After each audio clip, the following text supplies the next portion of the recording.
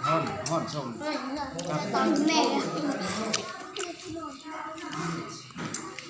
Ăn đi, ăn mạnh vào, ai mà ăn nhẹ nhẹ là không được nhá. Ăn như con lợn á. Đó, ăn giống như trung rê, đó.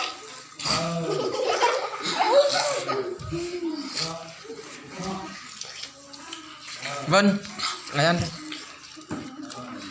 Xì, cho. Nó ta. Cho này nữa. Kiếm hết. Nhi ăn đi. Đó, mở bên kia ra ăn nữa. Ăn xong ăn cả cái này nữa nhá. Ăn cho hết cái này luôn nhá. Nó ta, cục.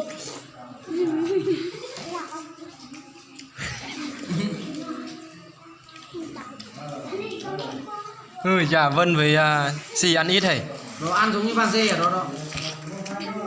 Ăn cả hòn luôn cũng được. Đó, ăn giống như bạn nhú, ăn sạch nhất. Đó, không còn thì mở bên kia ra nữa đi. Ăn đi, đi vào ăn đi. Đi vào. Nó. Ăn đi, mở ra đi.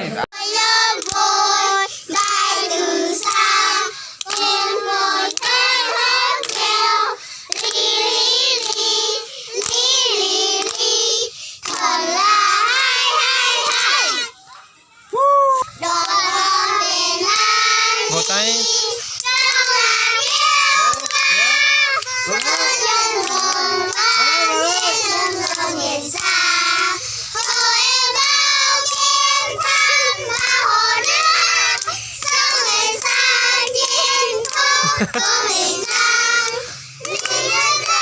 Tay xa quân thù,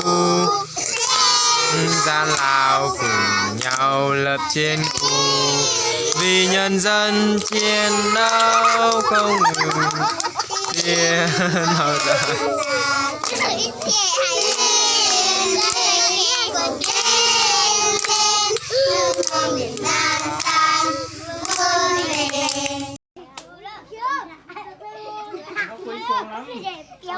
Anh lỉnh về biểu, anh đơ về biểu, anh mẹ về biểu, anh bỏ là không phải À, thầy ấy đang tác nghiệp.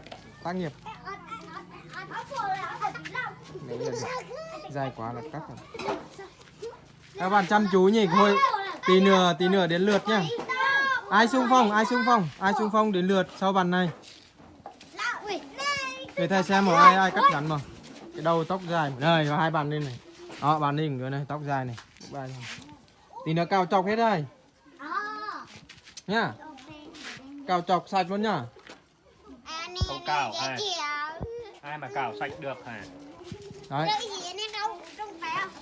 Thầy Hùng mới tốt nghiệp ở 30 size về. Hệ thống salon tóc chuẩn số 1 Việt Nam. Tóc cũng sầm quá. Thả tỉa thân mình.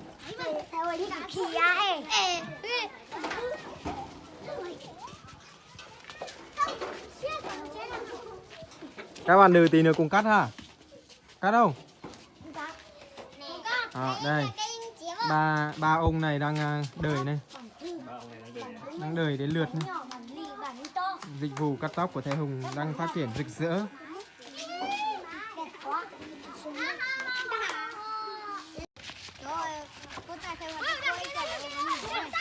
Có biết các bạn chơi trò gì mà vui thế nhỉ? Chưa thầy ném vào rổ đi.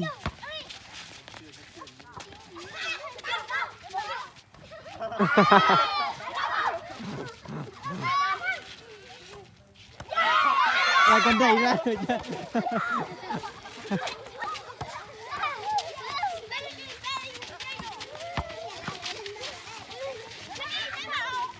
Còn phía bên này là cách cổ Phú Nguyên Thủy này.